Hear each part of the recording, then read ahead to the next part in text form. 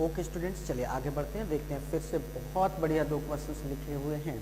हम लोग जितने भी क्वेश्चंस कर रहे हैं एक बेहतरीन नायाब क्वेश्चंस करें और फिर से हम नायाब क्वेश्चंस को देखेंगे। चलिए पढ़ लेते हैं। पहले एक बार क्वेश्चन क्या है देखिए। पहला जो क्वेश्चन लिखा हुआ बच्चों क्या है, there are two regular polygons with number of sides equal to n-1 and n+2। दो सम बहुभुज हैं, एक में भुजाओं की संख्या कितनी है n-1 और दूसरे में भुजाओं की संख्या कितनी है n+2। फिर आगे क्या है, there exterior angles differ by 6 degree और इनके बाह्य कोणों का जो अंतर है वो 6 डिग्री है।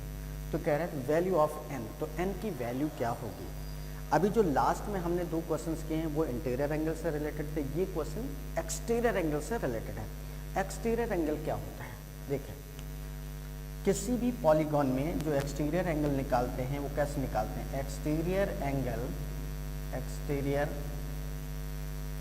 ऑफ ए पॉलीगॉन, किसी भी पॉलीगॉन में एक्सटीरियर एंगल कैसे निकालते हैं वो देखें। ये होता है आपका एक्सटीरियर एंगल निकालने का तरीका बहुत आसान है, 360 डिग्री अपॉन n कर दो, आपका एक्सटीरियर एंगल निकल आएगा। कभी भी किसी भी बहुभुज में बाह्य कोण निकालना हो, एक्सटीरियर एंगल निकालना हो तो आपको क्या करना है, 360 डिग्री अपॉन n, जहाँ पर n क्या है, भुजाओं की संख्या, नंबर ऑफ साइड्स है। क्लियर है। चलिए तो देखिए, एक पॉलीगॉन है बच्चों जिसमें नंबर ऑफ साइड्स कितनी है n-1, एक में नंबर ऑफ साइड्स कितनी है n+2। तो अगर हम ये फार्मूला इसके लिए लगाएं पहले वाले के लिए तो क्या आएगा, दूसरे वाले के लिए लगाएं तो क्या आएगा। तो पहले वाले के लगाएंगे तो ये हो जाएगा 360 अपॉन इसमें नंबर ऑफ साइड्स कितनी n-1। फिर यही काम हमें दूसरे वाले के लगाना है तो 360 अपॉन n+2 हो गया। बच्चों इसमें n-1 साइड्स हैं तो इसका एक्सटीरियर एंगल क्या बनेगा, 360 अपॉन n-1 और इसमें नंबर ऑफ साइड्स कितनी हैं n+2, तो इसमें एक्सटीरियर एंगल जो बनेगा वो 360 अपॉन n+2 हो जाएगा। और क्वेश्चन के अकॉर्डिंग इन दोनों एक्सटीरियर एंगल का जो डिफरेंस है वो क्या है, 6 डिग्री है। Means this minus this equal 6 degree. Clear है। अब बस इसको सॉल्व करना है। तो देखिए 360 तो हमारा कॉमन हो जाएगा, 360 कॉमन हो गया, क्या बचा 1 upon n-1 minus 1 upon n+2 equal क्या हो गया बच्चों 6 से अगर हम ऐसे डिवाइड कर दें तो ये कितना आ जाएगा 60 आ जाएगा। तो ये हो जाएगा आपका 60 और यहाँ पे हो जाएगा n+2 माइनस n और माइनस ये क्या हो जाएगा प्लस हो जाएगा अपॉन n-1 n+2 करेंगे तो क्या हो जाएगा n² + 2n minus n minus 2, ये हो जाएगा, है ना, इक्वल 1। यहाँ पर बच्चों n से n ये कैंसिल हो जाएगा, क्या हो जाएगा 2 and 1 3, तो 16 to 3 फाइनली कितना हो जाएगा 180 upon n² + 2n minus n plus n minus 2 equal 1। Means ये बन जाएगा आपका n² + n माइनस 2 इक्वल 180, या इसको हम लिख सकते हैं n² + n, ये इधर आएगा तो माइनस का हो जाएगा, तो माइनस का 2 ऑलरेडी है, माइनस का 180 और हो गया तो माइनस का 182 इक्वल 0। और बच्चों ये क्या बन गया, एक क्वाड्रेटिक इक्वेशन क्या बन चुका है, क्वाड्रेटिक इक्वेशन, द्विघात समीकरण। इसके ऐसे फैक्टर्स करने हैं हमें कि 180 × 1, 182 × 1, 182 हो गया, इसके ऐसे फैक्टर्स करने की 1 आ जाए, बीच वाली नंबर 1। तो 14 × 13, 14 × 13 करेंगे तो 182 आता है कि नहीं आता है, 14 × 13 182 आता है। 14 और 13 का डिफरेंस क्या होता है 1, मीन्स इसके फैक्टर्स क्या हो जाएंगे 14 and 13। मीन्स इसको हम लिख सकते हैं n² + 14n minus 13n minus 182 equal 0। एक पेयर ये बनाए, एक पेयर ये बनाए, इस पेयर में बच्चों n कॉमन, तो n + 14 हो गया, माइनस 13 कॉमन, n + 14 हो गया, इक्वल क्या हो गया 0। पूरे में n + 14 तो n + 14 और इधर n - 13 इक्वल 0। एक बार इसको जीरो करेंगे तो n की वैल्यू -14 आ जाएगी, जो कि पॉसिबल नहीं है क्योंकि भुजाओं की संख्या कभी नेगेटिव नहीं हो सकती है। एक बार इसको जीरो करेंगे तो n-13 इक्वल जीरो करेंगे तो यहाँ से n इक्वल क्या आ जाएगा 13, और यही पूछा गया था। तो n की वैल्यू क्या होगी, तो आंसर क्या आएगा n इक्वल 13। क्लियर है ना। तो इस तरीके से बच्चों हमने इस क्वेश्चन को सॉल्व किया है। आप भी बहुत अच्छे से इस क्वेश्चन को समझ पाए होंगे, कहीं कोई दिक्कत नहीं, कहीं कोई इश्यू नहीं। एक बार फिर से देख लेते हैं क्या है। देखिए, एक पॉलीगॉन में नंबर ऑफ साइड्स कितनी थी n-1, दूसरे पॉलीगॉन में नंबर ऑफ साइड्स कितनी थी n+2, और इनके जो एक्सटीरियर एंगल का डिफरेंस था वो 6 डिग्री था। एक्सटीरियर एंगल कैसे निकालते हैं, किसी भी पॉलीगॉन में 360/n कर देते हैं, जहाँ n का मतलब होता है नंबर ऑफ साइड्स से। तो पहले वाले बहुभुज के लिए ये क्या बन जाएगा 360/n-1, और इसके लिए क्या बन जाएगा 360/n+2। तो ये इसका एक्सटीरियर एंगल बन गया, ये इस बहुभुज का एक्सटीरियर एंगल बन गया, और क्वेश्चन के अकॉर्डिंग इन दोनों का डिफरेंस कितना था 6, तो इसका डिफरेंस 6 के इक्वल कर दिया। फिर इसके बाद इसको सॉल्व किया, सॉल्व करने के बाद ये क्या बन गया, एक क्वाड्रेटिक इक्वेशन बन गया, द्विघात समीकरण बन गया। और उस क्वाड्रेटिक इक्वेशन को जब सॉल्व किया तो n की 2 वैल्यूज आ रही हैं। एक n की वैल्यू आ रही -14, जो कि पॉसिबल नहीं है, भुजाओं की संख्या कभी नेगेटिव नहीं हो सकती। दूसरी n की वैल्यू क्या आ रही है 13, जो कि एक्सेप्टेबल है। तो right answer will be n equal 13। तो इस तरीके से यहाँ पर इस क्वेश्चन का जो आंसर आएगा बच्चों क्या आएगा n इक्वल 13। अब बात कर लेते हैं नेक्स्ट क्वेश्चन के। नेक्स्ट क्वेश्चन भी बहुत अच्छा है। क्या है, PQRST is a cyclic pentagon. PQRST एक चक्रीय पंचभुज है। देखिए यहाँ रेगुलर टर्म का यूज नहीं हुआ, रेगुलर नहीं है। रेगुलर का मतलब सभी भुजाएं बराबर नहीं हैं, कम ज़्यादा भी हो सकती हैं, तो ये बस चक्रीय है। And PT is a diameter, और PT इसका क्या है diameter. Then angle PQR plus angle RST is equal, तो PQR और एंगल RST का योग कितना होगा। साइक्लिक का मतलब होता है चक्रीय, चक्रीय का मतलब होता है जिसके चारों या पांचों, जो अगर चतुर्भुज है तो चारों शीर्ष, पंचभुज है तो पांचों शीर्ष, खटभुज है तो 6 शीर्ष, अष्टभुज है तो 8 शीर्ष किस पर लाई होने चाहिए, सर्किल पर। ये ध्यान रखना, साइक्लिक का मतलब जहाँ पे साइक्लिक टर्म जहाँ पर भी यूज हो जाएगा तो उसका मतलब ये है, मीन्स यहाँ पर जो पंचभुज बन रहा है उसके पांचों शीर्ष एक सर्किल पर है। तो चलिए देखते हैं, काम करते हैं। ये हमारा बन गया क्या, सर्किल, और इस सर्किल का डायमीटर बच्चों क्या है PT। क्या है PT, ये तो सेंटर हो गया। अब इसका डायमीटर क्या है PT। अब इस पर हमको एक पंचभुज बनाना है, तो पंचभुज बनाओ भाई। कैसे बनेगा, ऐसे ऐसे ऐसे और ये ऐसे। देखिए पंचभुज बना कि नहीं बना, ये ऐसे पंचभुज बन गया। 1 भुजा, 2 भुजा, 3 भुजा, 4 भुजा और ये 5, ये पंचभुज बन गया। इसको ऐसे जरा मिला दो, इसको ऐसे मिला दो, इसको ऐसे मिला देंगे, ये बन गया, ये सिचुएशन बन गया। तो ये हो गया PQRS और ये T, PQRST एक पंचभुज हो गया। मतलब हमारा जो फिगर था वो कंप्लीट हो चुका है। फिगर बनाना समझ में आया, फिगर कैसे बना, क्या मतलब था, सर्किल क्यों लिया गया, क्योंकि हमें इस पंचभुज के पांचों शीर्षों को एक वृत्त पर दिखाना था, तभी ये चक्रीय हो सकता था, साइक्लिक हो सकता था। दूसरी बात PT डायमीटर था, तो PT डायमीटर के रूप में सेट कर दिया। इसके बाद इस तरीके से बना लिया। क्लियर है। अब देखिए इधर देखो बच्चों, जैसे ये स्ट्रेट लाइन है, ये स्ट्रेट लाइन है, स्ट्रेट लाइन पर ये स्ट्रेट लाइन अगर है तो इस स्ट्रेट लाइन पर जो टोटल एंगल ये बनता है ये कितना होता है, ये हमेशा 180 डिग्री होता है कि नहीं होता है। तो ये यहाँ से ये पूरा 180, इसमें कितने पार्ट हैं 1 2 3 4, ये ऐसे लिख भी सकते हैं। इसको ऐसे लिख सकते हैं कि angle POQ, angle POQ equal angle होगा QOR, एंगल QOR इक्वल होगा angle ROS, angle ROS equal होगा angle SOT, equal angle SOT। तो ये सभी एंगल्स बराबर है, कितने बराबर होंगे 180 को 1 2 3 4 ये एंगल, ये एंगल, ये एंगल और ये 4 बराबर एंगल्स में डिवाइड कर देंगे तो कितना हो जाएगा 180 divided by 4 means 45 degree. Means angle POQ भी हमारा 45 डिग्री होगा, एंगल QOR भी हमारा 45 डिग्री होगा, एंगल ROS भी हमारा 45 डिग्री होगा, एंगल SOT भी हमारा क्या होगा 45 डिग्री होगा। यहाँ तक क्लियर है ना? यहाँ तक भी कोई प्रॉब्लम नहीं। चले अब आगे बढ़ते हैं। अब देखो बच्चों, अगर हमें एंगल निकालना हो POPQ, ये वाला अगर एंगल निकालना हो तब क्या करेंगे?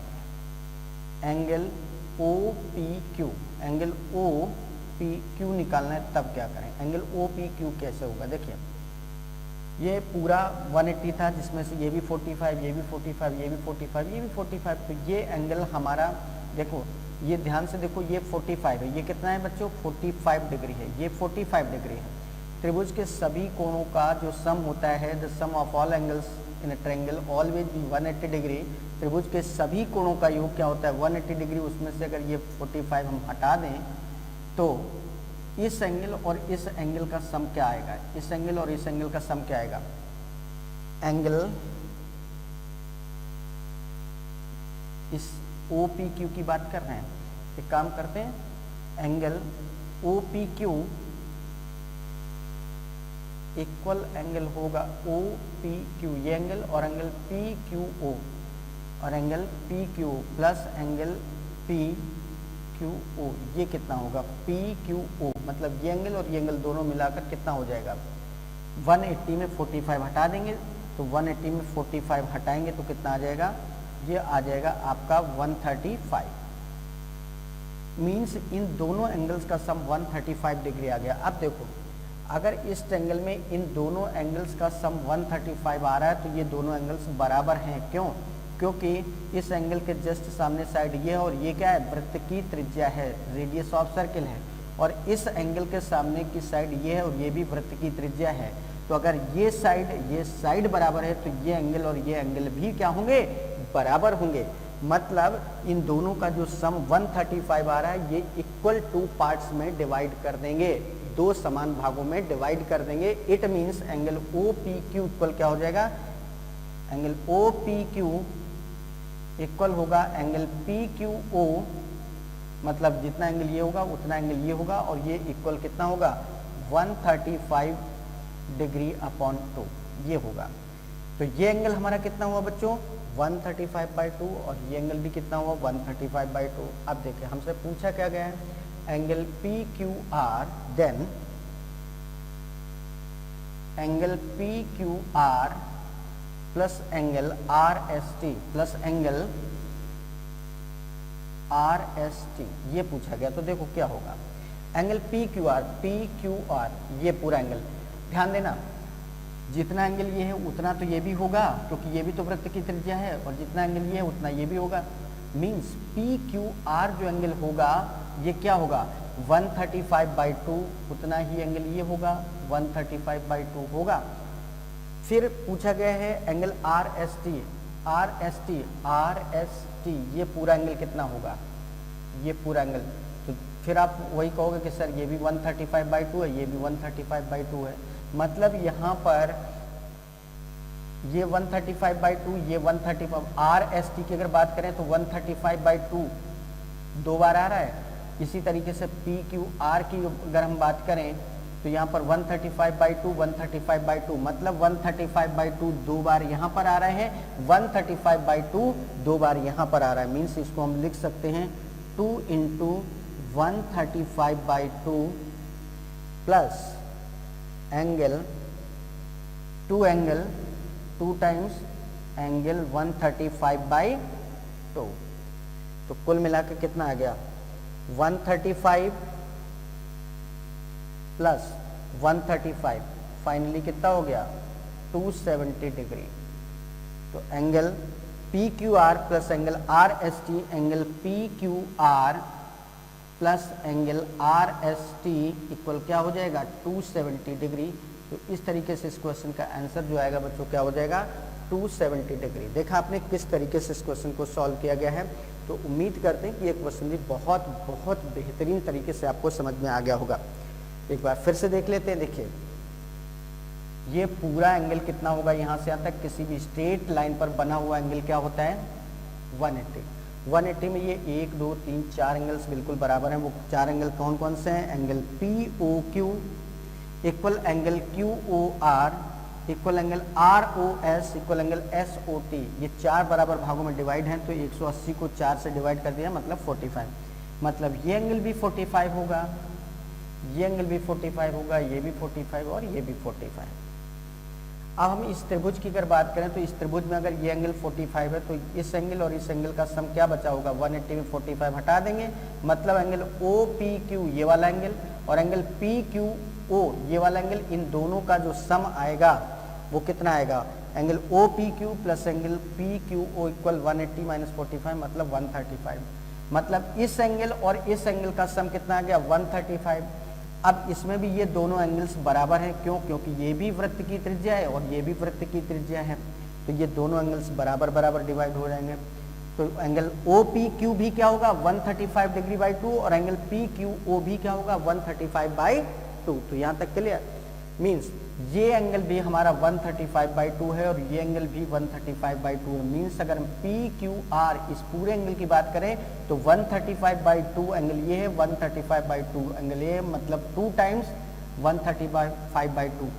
और इसी तरीके से पी आर एस टी की बात करें, आर एस टी, तो यहाँ पर भी ये 135 बाई 2 आएगा और ये 135 बाई 2 आएगा, मतलब ये पूरा एंगल क्या होगा? 2 टाइम्स 135 बाई 2। तो वही किया गया है, angle P Q R plus angle R S T equal क्या हो जाएगा? 2 into 135 by 2 plus 2 into 135 by 2। 2 से 2 इधर कैंसिल, 2 से 2 इधर कैंसिल, तो 135 प्लस 135 मीन्स 270 डिग्री। तो इस तरीके से बच्चों यहाँ पर जो 2 क्वेश्चन अभी डिस्कस हुए, ये बहुत बहुत बढ़िया तरीके से आपको समझ में आ गए होंगे, कहीं कोई प्रॉब्लम नहीं रही होगी। और वैसे भी हमारे साथ आपको बिल्कुल भी प्रॉब्लम नहीं होती, क्योंकि हमारी पूरी ये कोशिश होती है कि हम हर चीज़, छोटी से छोटी चीज़ का डिस्कशन करते हैं, छोटे से छोटे कैलकुलेशन को आपको बताते हैं, कौन सी चीज़ क्या है, कहाँ पर कौन सा की पॉइंट आ रहा है या क्या फार्मूला आ रहा है, वो सारी चीज़ बताते हैं। और सबसे अच्छी बात ज्योमेट्री का, जब हम फिगर ड्रॉ करते हैं, ठीक है, सबसे बड़ी बात होती है ज्योमेट्री में अगर फिगर आपने बहुत अच्छे से ड्रॉ कर लिया तो आधी समस्या आपकी वहीं से दूर हो जाती। तो बस फिगर्स बनाना बहुत अच्छे से सीख जाइए, जैसा कि क्वेश्चन में दिया है, क्वेश्चन का मतलब समझ में आने लगे और इसके बाद फिगर ड्रॉ करने लगे तो समझ लो ज्योमेट्री का आधे से ज़्यादा काम हो गया। बाकी तो फिर चीज़ें कॉन्सेप्टुअल होती हैं। अगर फिगर बनाने में ही कोई एरर हो गई तो फिर क्वेश्चन कैसे सॉल्व होगा? तो सबसे पहली कोशिश हमें क्या करनी है, क्वेश्चन को बहुत अच्छे से समझना है। जब भी क्वेश्चन को आप पढ़ें तो क्वेश्चन को बहुत बहुत कंसंट्रेशन के साथ पढ़ें। एक चीज़ कहते हैं ना कि किसी भी क्वेश्चन का आंसर उसी क्वेश्चन में ही होता है। इस बात का मतलब जानते हैं क्या होता है? ऐसा कुछ नहीं होता है कि क्वेश्चन का आंसर क्वेश्चन में ही होता है। इसका सीधा सा मतलब ये होता है कि हम अगर क्वेश्चन को बहुत ध्यानपूर्वक पढ़ें तो क्वेश्चन की फ्रेमिंग हमारे दिमाग में बन जाती है और ये पता चल जाता है कि इस क्वेश्चन की भूमिका कैसे बनाई गई और इस क्वेश्चन को सॉल्व कैसे करना है। इसका मतलब ये होता है। क्लियर है ना? तो वो चीज़ समझ पा रहे हैं? तो सबसे पहले आपको क्वेश्चन को बहुत अच्छे से बच्चों समझना होता है। तो जब क्वेश्चन आप समझ जाते हैं तो आगे जो उसका फिगर बनना है या जो भी आगे प्रोसेस होना है, जहाँ से स्टार्टअप लेना है, वो चीज़ें सब क्लियर हो जाती हैं। तो उम्मीद करते हैं बताई गई चीज़ें बहुत अच्छे से आपको समझ में आ रही हैं। तो चलिए अब इसी क्रम में, इसी रिदम को हम लोग आगे बढ़ाते हैं और देखते हैं और भी बहुत अच्छे अच्छे क्वेश्चन अभी बाकी हैं। अभी बहुत सारे क्वेश्चंस आपको करने हैं, वो भी एक से एक बढ़िया क्वेश्चंस होंगे। और एक सबसे इम्पॉर्टेंट बात, यहाँ पर जो भी क्वेश्चंस आप लोग कर रहे हैं, सारे के सारे क्वेश्चंस आप एग्ज़ाम ओरिएंटेड कर रहे हैं, तो इनकी बहुत अच्छे से आपको प्रैक्टिस भी करनी है। हमें पूर्ण विश्वास है कि आप इन क्वेश्चंस की यहाँ पर डिस्कशन के बाद प्रैक्टिस ज़रूर कर रहे होंगे। और इन केस अगर कोई नहीं कर रहा है तो प्लीज़ अपनी खातिर नहीं तो मेरी खातिर प्रैक्टिस करना स्टार्ट कर दीजिए, क्योंकि अगर प्रैक्टिस नहीं करेंगे तो कितना भी अच्छा आप समझ लीजिए कुछ नहीं होगा। ठीक है? क्योंकि 2, 4, 5 दिन में चीज़ें स्किप होने लगेंगी और एक भी चीज़ स्किप हो गई क्वेश्चन की तो फिर क्वेश्चन आप कैसे कर पाएंगे? ठीक है ना? तो चलिए इन दोनों क्वेश्चंस को बहुत अच्छे से समझने के बाद इसका आंसर भी क्लियर हो गया होगा कि इस क्वेश्चन का आंसर क्या होगा। Angle P Q R plus angle R S T की वैल्यू क्या आ रही है? 270 डिग्री। क्लियर है ना? तो चलिए अब बात कर लेते हैं अपने नेक्स्ट क्वेश्चन की, देखते हैं नेक्स्ट क्वेश्चन क्या है। चलिए ओके बच्चों, देखते हैं नेक्स्ट क्वेश्चन अपना क्या है। If each interior angle of a regular polygon is 128 whole and 4/7 degree, then what is the sum of number of diagonals and number of its side? कह रहा है if each interior angle of a regular polygon is 128 degree 4/7 degree, एक सम बहुभुज का प्रत्येक अंतःकोण 128 सही 4/7 degree है, then what is the sum of number of its diagonal, तो इसके विकर्णों की संख्या तथा भुजाओं की संख्या का योग क्या होगा। तो इसके विकर्णों की संख्या और भुजाओं की संख्या का योग क्या होगा। देखिए इंटीरियर एंगल हमको दिया है 128 4/7 डिग्री, और किसी भी पॉलीगॉन में किसी भी बहुभुज में इंटीरियर एंगल का जो सम होता है ये क्या होता है 2n-4 into 90 degree upon n, ये होता है। ये क्या होता है बच्चों, sum of interior angles, sum of interior angles, interior angles. अंतःकोणों का योग अगर निकालना है तो कैसे निकालते हैं 2n-4 into 90 degree upon n। तो यहाँ पर सम क्या हो जाएगा, सम हो जाएगा आपका जो n से डिवाइड कर दिया है तो ये हो जाएगा, ये सम है और n से डिवाइड कर दोगे तो ये हो जाएगा then each angle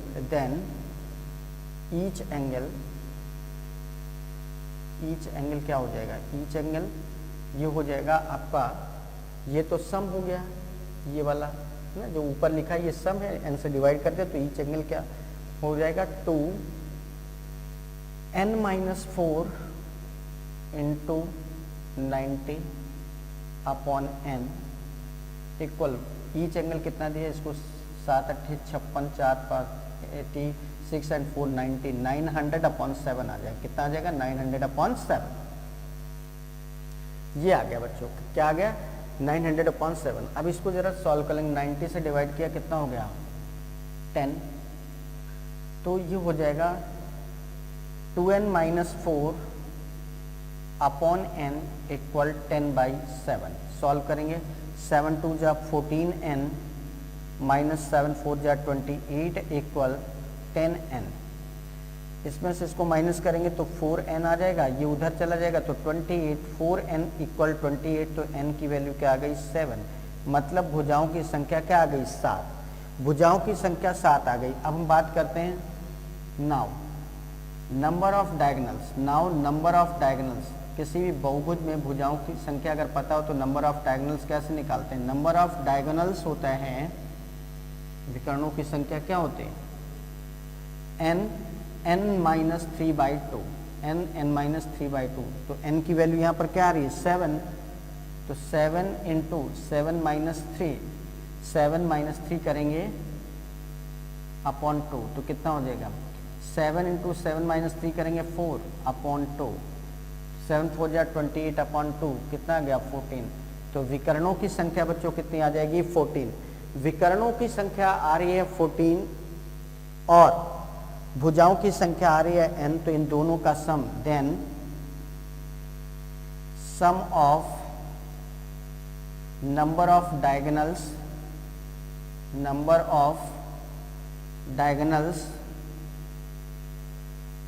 and number of sides कितना हो जाएगा। विकर्णों की संख्या कितनी आ रही है 14, भुजाओं की संख्या कितनी आ रही है 7, तो 14 + 7 कितना हो गया 21। तो इस तरीके से इस क्वेश्चन का जो आंसर आएगा बच्चों कितना आ जाएगा 21। बात समझ में आई। तो इस तरीके से इस क्वेश्चन को सॉल्व किया गया है। यहाँ पर ध्यान रखिए 2 फार्मूले फिर से आपको मिले हैं। जो सम ऑफ इंटीरियर एंगल्स होता है, अंतःकोणों का योग होता है, वो क्या होता है 2n-4 into 90 degree, 2n-4 into 90 degree. अब अगर इसको हम नंबर ऑफ साइड से डिवाइड कर देंगे तो हर एंगल कितने का है, देन ईच एंगल तो कितना आ जाएगा 2n-4 इंटू 90 अपॉन n आ गया, जहाँ पर n क्या है नंबर ऑफ साइड्स है। और विकर्णों की संख्या का फार्मूला क्या होता है, n(n-3/2). तो इसको जब हमने सॉल्व किया तो ईच इंटीरियर एंगल कितना दिया था, 128 डिग्री, 4/7। तो इसको सॉल्व कर लिया तो n की वैल्यू क्या आ गई, 7। मीन्स इस बहुभुज में भुजाओं की संख्या कितनी है, 7, ये पता चल गया। तो इस बहुभुज में विकर्णों की संख्या क्या होगी, n(n-3/2) होता है, तो 7 × 7-3/2 सॉल्व किया तो 14। आप कह रहा था विकर्णों का योग, विकर्णों और भुजाओं की संख्या का योग बताना था, तो विकर्ण कितने आ रहे थे, 14, भुजाएं कितनी हैं, 7, तो 14 7 21। इस तरीके से इस क्वेश्चन का आंसर क्या आएगा बच्चों, 21। तो समझ में आया, बहुत अच्छे से इस क्वेश्चन को भी समझ गए होंगे। चलिए इजाजत दीजिए, बढ़ते हैं अपने नेक्स्ट क्वेश्चन की तरफ और देखते हैं नेक्स्ट क्वेश्चन क्या है।